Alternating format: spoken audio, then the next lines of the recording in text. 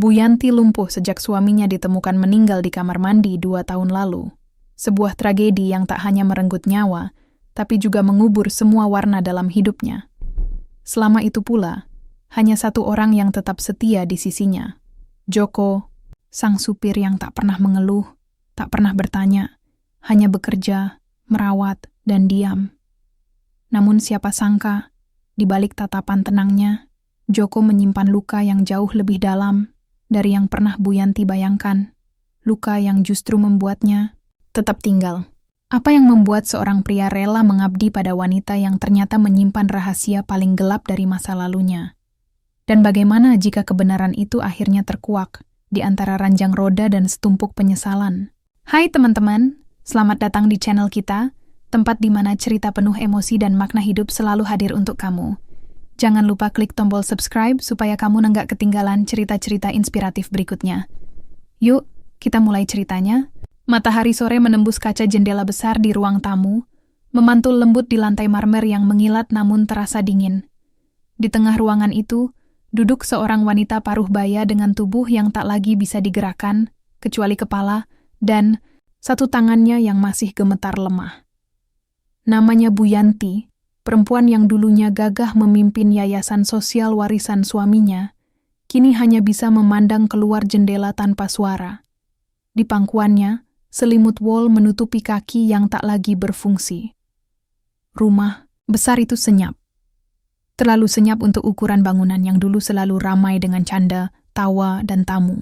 Dulu, sebelum suaminya pergi untuk selamanya, dan sebelum tubuhnya dikurung dalam kursi roda seperti penjara yang tak bisa dihindari. Hanya satu suara yang masih rutin terdengar. Langkah sepatu seorang pria, berjalan perlahan dari dapur menuju ruang tengah, membawa segelas air hangat di tangan kanan dan obat dalam nampan kecil di tangan kiri. "Sudah waktunya, Bu," ujar Joko lembut, menunduk di samping kursi roda itu. "Obat sore." Bu Yanti melirik sebentar, lalu mengalihkan pandangannya keluar jendela lagi.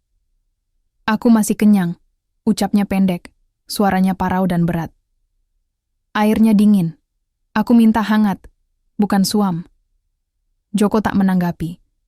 Ia hanya tersenyum kecil dan meletakkan gelas air itu di meja kecil di sebelah kursi roda.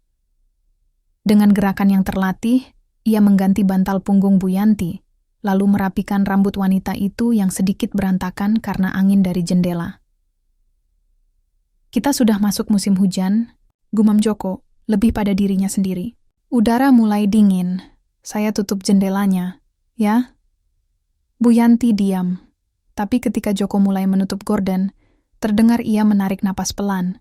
"Biarkan terbuka. Setidaknya aku bisa lihat langit." Joko berhenti.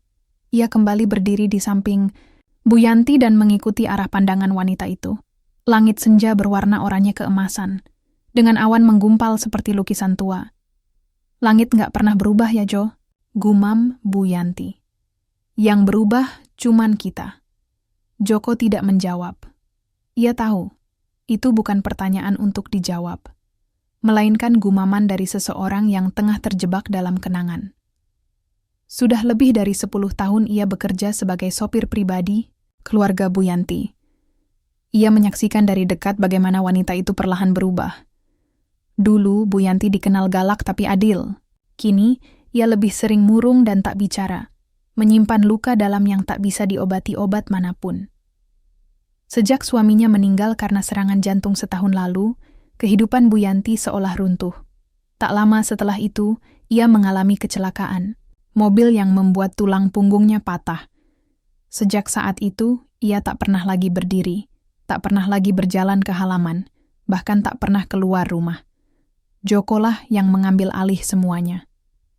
Mulai dari menyuapinya, mengangkat tubuhnya saat hendak mandi, memijat kakinya yang membiru karena darah tak mengalir lancar, hingga menahan tangis saat Bu Yanti memakinya tanpa sebab saat malam-malam penuh nyeri dan keputusasaan datang.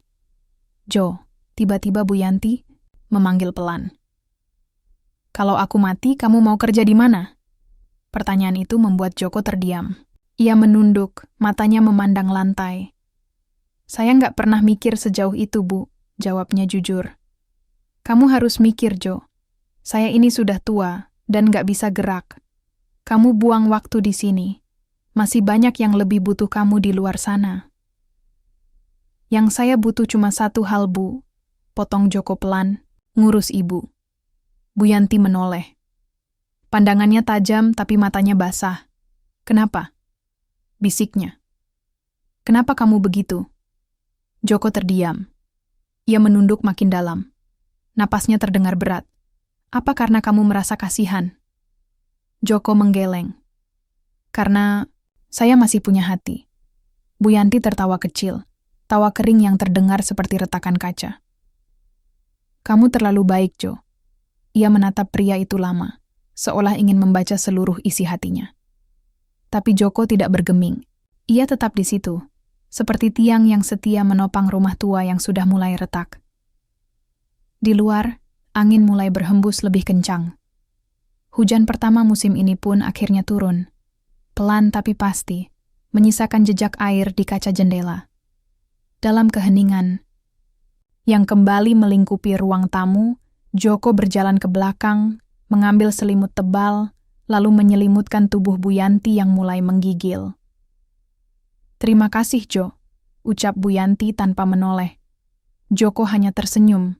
Ia tidak pernah meminta ucapan terima kasih yang ia cari bukan pengakuan, tapi ada sesuatu yang lebih besar, lebih dalam, dan lebih rumit yang mendorongnya untuk tetap di rumah itu. Sesuatu dari masa lalu. Sesuatu yang belum pernah ia katakan kepada siapapun. Dan di balik punggungnya yang tegak dan wajah sabar itu, ada luka yang masih basah. Luka yang suatu hari nanti, entah kapan, akan membuka semua rahasia yang selama ini terkubur dalam diam. Sudah lebih dari 2 minggu langit terus mendung. Hujan turun hampir setiap sore, menambah muram suasana rumah besar itu. Hawa lembab menyelip ke celah-celah dinding tua, menyusup ke sela lantai marmer, dan menusuk hingga ke sumsum tulang. Tapi, bagi Bu Yanti, dingin itu tidak lebih mengerikan dari kesunyian yang menyelimuti hatinya. Di luar, taman belakang mulai dipenuhi lumut. Kolam kecil yang dulu sering dipakai suaminya untuk memancing ikan koi kini dibiarkan terbengkalai, airnya keruh dan tak terurus. Hanya sesekali terdengar suara burung atau cicak di sela dinding. Rumah itu seperti tubuh yang kehilangan roh. Hidup, tapi hampa. Di ruang tengah, Joko sedang memijat kaki Bu Yanti dengan gerakan perlahan. Tangannya kasar, jari-jarinya kokoh, namun pijatannya penuh kelembutan. Jangan terlalu keras, Jo. Keluh Bu Yanti lirih, wajahnya memaling ke sisi lain. Maaf, Bu.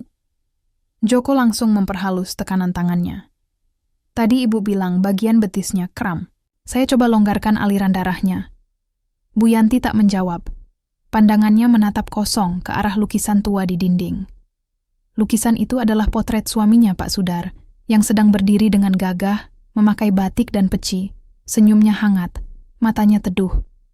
Dulu, tiap sore dia yang mijetin kakiku. Gumam Bu Yanti, nyaris tak terdengar. Sambil cerita soal pekerjaannya, kadang tentang orang-orang yang dia bantu, Joko berhenti memijat sejenak. Ia menunduk, seolah ingin memberikan ruang pada kenangan itu. Tapi dalam dirinya, kenangan yang muncul justru berbeda. Lebih gelap, lebih pahit. Pak Sudar orang baik, ujarnya akhirnya, pelan. Bu Yanti tersenyum miris. Tapi dia juga menyimpan banyak rahasia. Joko terdiam. Ia punya banyak wanita di luar sana. Aku tahu, tapi aku diam. Karena dia tetap pulang padaku. Tetap mijetin kakiku. Tetap menggandengku saat kami datang ke acara yayasan, kata Bu Yanti, suaranya serak dan penuh luka. Kupikir, itu cukup. Tapi ternyata tidak. Ia memalingkan wajah ke arah Joko. Kenapa lelaki selalu sulit jujur, Jo? Pertanyaan itu seperti hantaman palu ke dada Joko. Ia menunduk makin dalam, menyembunyikan sorot matanya yang mulai kabur oleh embun perasaan yang tertahan terlalu lama. Mungkin karena mereka takut kehilangan, jawabnya pelan. Bu Yanti mengangguk pelan, seolah mengerti. Tapi kemudian ia bertanya lagi. Suara nadanya berubah tajam. Termasuk kamu, Jo? Kamu juga punya yang kamu sembunyikan dariku? Joko terhenyak. Ia menoleh cepat. Tidak, Bu, saya... Tapi kamu selalu terlihat menyimpan sesuatu. Tatapanmu, gesturmu. Aku tahu kamu menyembunyikan sesuatu. Potong Bu Yanti dengan nada getir. Joko terdiam. Ia tidak tahu harus berkata apa. Benar. Ia memang menyimpan sesuatu. Sesuatu yang sejak dulu ingin dikubur dalam-dalam. Tapi luka lama tidak bisa dikubur selamanya. Ia seperti racun, perlahan merayap ke permukaan dan merusak segalanya. Kalau kamu merasa ada yang belum aku tahu, katakan, ucap Bu Yanti pelan, tapi dengan sorot mata tajam. Sebelum aku mati dalam kursi ini. Ucapan itu membuat Joko menarik napas panjang. Matanya memejam sejenak. Tapi belum sempat ia membuka, mulut terdengar bunyi ketukan dari pintu pagar depan. Joko berdiri cepat. Saya bukakan dulu, Bu. Ia berjalan cepat menuju depan, meninggalkan Bu Yanti yang masih terdiam di kursinya, menatap kosong dengan dahi mengerut. Di teras, seorang wanita muda berdiri dengan payung di tangan. Jaket hitamnya basah di bagian bahu, wajahnya tampak asing. Permisi, saya mencari Pak Joko, ucapnya sopan. Saya Tika, dari yayasan tempat Pak Sudar dulu sering bantu. Joko mengangguk. Saya Joko. Ada yang bisa saya bantu? Wanita itu mengeluarkan map dari tasnya. Ini ada dokumen hibah tanah dari Pak Sudar, yang ternyata belum ditandatangani sebelum beliau wafat. Ibu Yanti harus menandatangani agar bisa kami lanjutkan prosesnya. Joko menerimanya. Terima kasih, saya sampaikan ke Ibu. Tika mengangguk, lalu pamit dengan cepat. Joko menatap map itu lama. Ada logo yayasan di pojok kiri atas, dan nama Pak Sudar tertulis jelas sebagai donatur utama. Tapi yang membuat dada Joko sesak adalah satu nama yang tertulis di halaman 2, dalam surat pernyataan, Sri Rahayu. Seketika itu juga, wajah seorang wanita tua hadir dalam ingatannya. Sri Rahayu, ibunya. Wanita yang dulu dibuang oleh keluarga, Pak Sudar karena dianggap pembantu tak tahu diri. Wanita yang menangis malam-malam karena difitnah hamil oleh majikannya.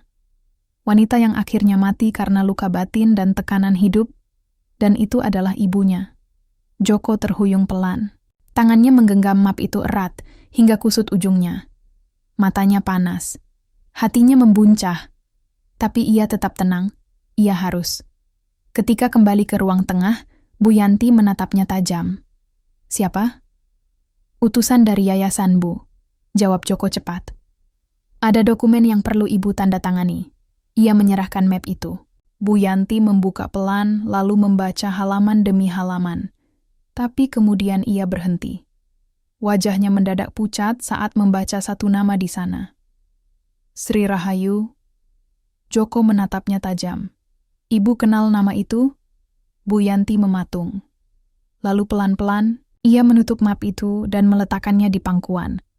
Dia mantan pembantu di rumah ini, 20 tahun lalu. Tapi sudah lama hilang. Kenapa namanya di sini? Joko tak menjawab. Dadanya bergemuruh. Bu Yanti menggigit bibir. Jangan-jangan, Joko menunduk. Tapi kali ini, ia tak bisa menyembunyikan sorot matanya yang berkaca-kaca. Ibu tahu siapa saya sebenarnya? Suasana ruangan mendadak hening. Bu Yanti menatapnya, lekat-lekat. Lalu perlahan, tubuhnya bergetar. Joko menatap balik. Napasnya berat. Saya anak Sri Rahayu. Untuk pertama kalinya, suasana di ruang tengah rumah besar itu terasa lebih dingin dari biasanya.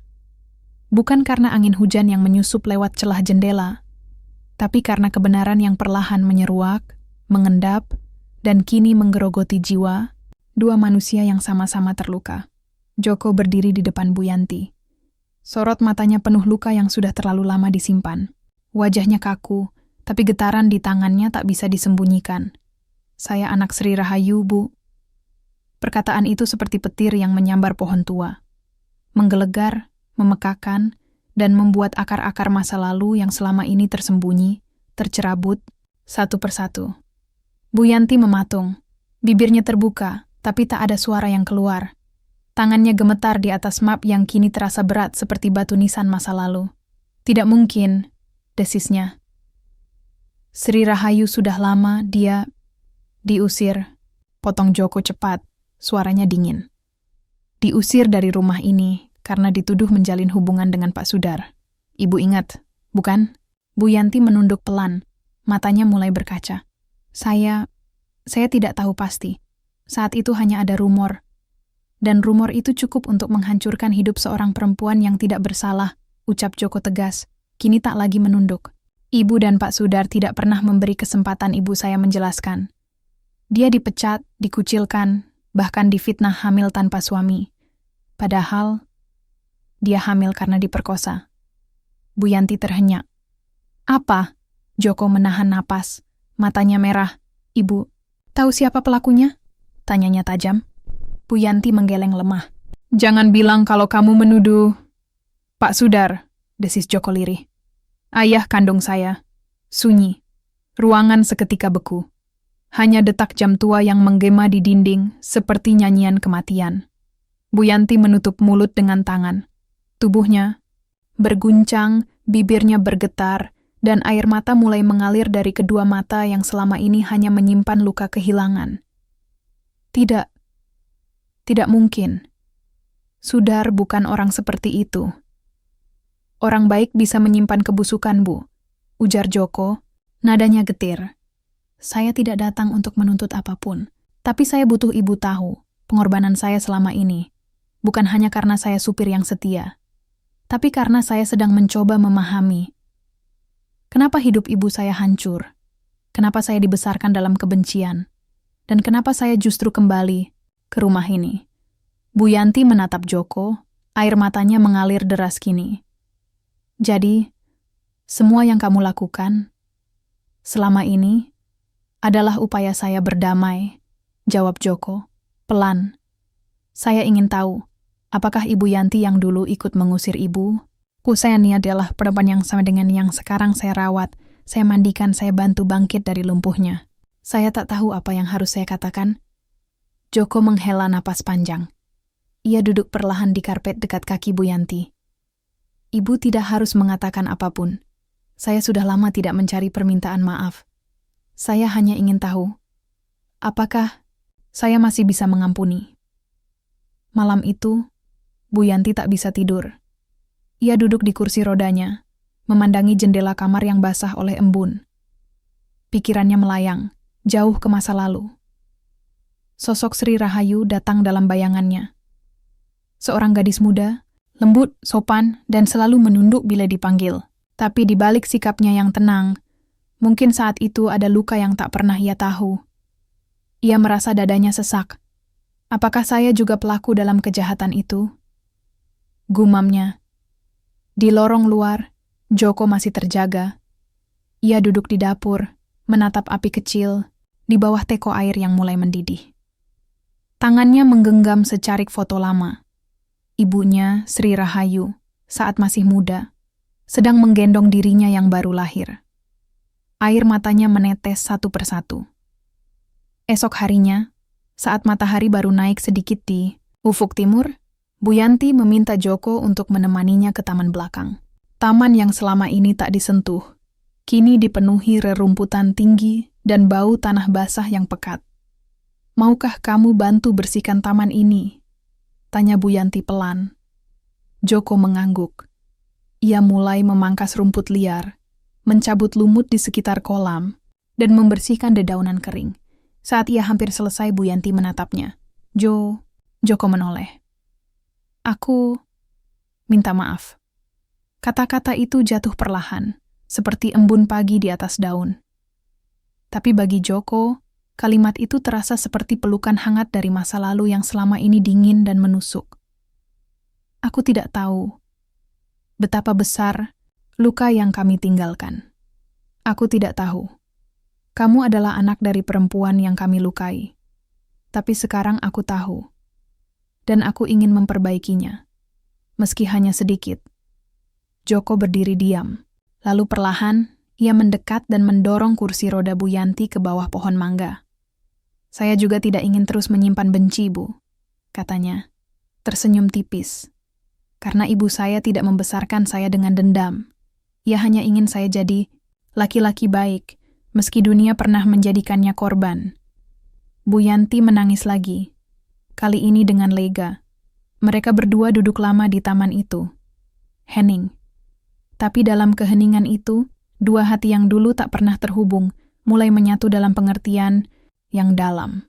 Masa lalu tak bisa dihapus, tapi luka bisa dijahit pelan-pelan.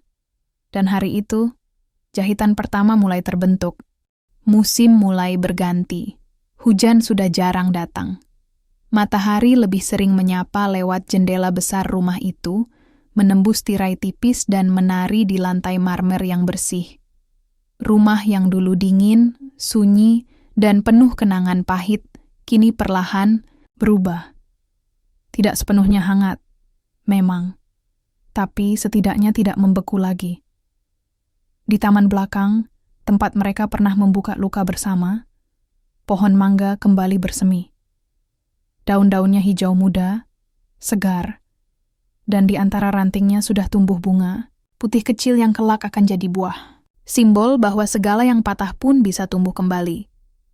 Bu Yanti lebih sering berada di taman sekarang. Kursi rodanya tak lagi menghadap jendela, tapi menghadap langit. Joko menanam bunga di sekitarnya, mawar, melati, dan kenanga. Katanya, itu bunga favorit ibunya. Setiap pagi, ia menyiramnya perlahan, dengan tangan yang dulu meninju tembok dalam marah, kini menggenggam selang air dengan penuh sabar. Jo, suara Bu Yanti terdengar lirih suatu pagi. Aku ingin menebus semuanya. Joko menatapnya, tenang. Saya tak minta apapun, Bu. Tapi aku perlu melakukan sesuatu. Untuk ibumu. Untuk kamu. Matanya berkaca. Aku sudah buat surat. Tanah di bagian belakang ini akan saya hibahkan. Biar kamu bisa bangun rumah kecil di sini. Atau tempat ibadah. Atau taman kenangan untuk ibumu. Apapun. Aku tahu itu tak sebanding, tapi... Joko terdiam. Air di tangannya menetes di atas tanah. Ia menunduk lama sebelum berkata pelan. Ibu tidak perlu menebus apapun. Cukup hidup. Dan tidak lagi menyakiti siapapun. Bu Yanti terisak. Tapi kali ini bukan karena duka. Ia menangis karena rasa ringan yang baru ia rasakan. Seolah ada beban bertahun-tahun yang akhirnya runtuh dari dadanya. Hari-hari berlalu. Warga di sekitar mulai memperhatikan perubahan rumah itu. Pak RT yang dulu hanya lewat, kini kadang mampir. Anak-anak kecil suka bermain di taman depan yang dibersihkan Joko.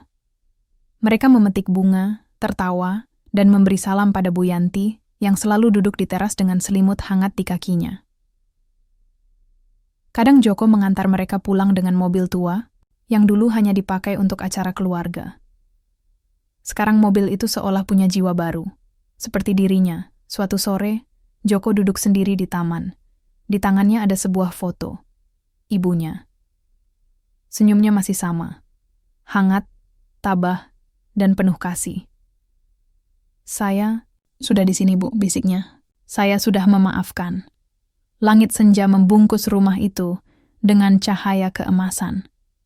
Dari balik jendela, Bu Yanti memandang Joko lama. Wajah itu, lelaki yang dulu datang hanya sebagai supir, kini baginya adalah lebih dari keluarga. Lebih dari pengganti anak. Ia adalah cermin dari semua kesalahan, sekaligus pengampunan yang tak pernah ia sangka bisa ia terima. Beberapa bulan kemudian, saat musim hujan datang kembali, taman itu sudah berubah jadi taman kecil yang diberi nama Taman Sri Rahayu.